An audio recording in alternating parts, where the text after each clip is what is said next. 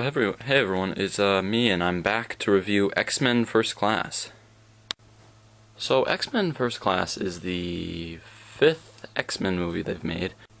It studies the origins of the X-Men, mainly focusing on Magneto and Professor X and how the X-Men were formed.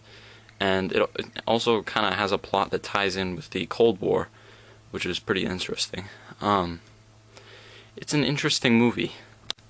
So the story starts with Magneto as a child, and he's in the concentration camps, and he is taken away from his parents, and he does a thing in the first X-Men movie where he bends the gate, and then this guy who's played by Kevin Bacon, who's actually really good in this movie, he speaks a lot of languages, but anyway, he's taken away, and so Kevin Bacon saw what he did, and he wants him to bend a coin, and so child Magneto can't do that, and so he brings in his mom, and Kevin Bacon says that unless Magneto can bend the coin, he'll shoot his mom, and so his mom ends up being shot, and then Magneto is so angry that he just bends all this metal. He kills these guards by bending their metal caps. It was creepy. It was a very good scene, but so then it starts following Magneto on his path of vengeance,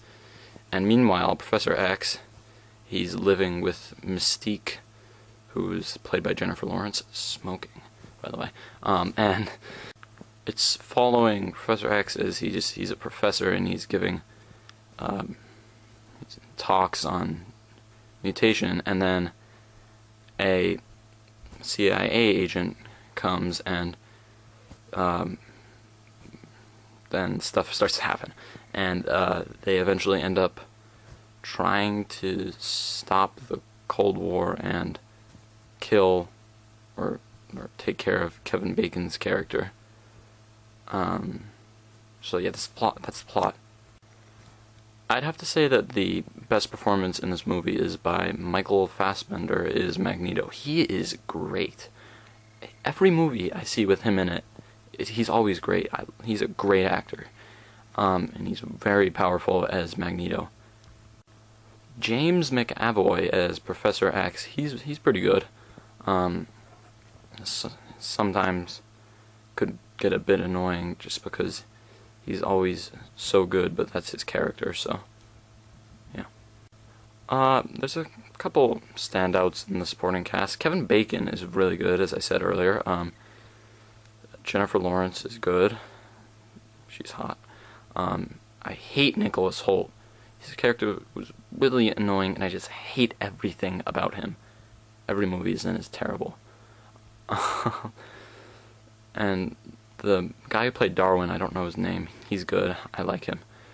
And then, yeah. The direction in this film is actually surprisingly good for a superhero movie. There were a few scenes, primarily the scene where Child Magneto bends the metal, the scene where Magneto is in the bar, and he's fighting those guys. That was probably the best scene. And the final battle scene, those were all the best scenes, but it's really well directed, actually, by this guy named Mathew Vaughn. It's a really well directed movie. The script for a superhero movie is actually really good. I mean, it's not an amazing script, but for a superhero movie, it's really good. In fact, the script was actually really funny sometimes, with Michael Fassbender has some really funny lines. But I guess I'd have to say, the main problem I had with this movie, which is a small problem, is just that it kind of left me wanting more. I mean, it kind of left me just wishing they'd done something more with the movie. I don't know, it's kind of hard to explain. I mean, it's a good movie. I liked it. Also, one of the best parts of the movie, hands down, was the cameo with Hugh Jackman, and I don't want to spoil it for people who haven't seen it, but it's really funny. Overall, this was a pretty good movie, and it did pretty well at the box office, and the sequel, X-Men Days of Future Past, is coming soon, so I'm really interested to see that, because they're combining the casts of this one and the original X-Men movies, so and it's directed by Bryan Singer, so it'll be interesting to see what they do with that one. But I'd say this is a good movie. I'm gonna give it an A-, and definitely you should see it. If you're fans of X-Men, you'll love it. Even if you don't even know what X-Men is, you'll still probably really like it. So overall, this is a really good superhero movie, and actually really good movie in general. So that's my review of X-Men First Class. Thanks for watching. See you next time.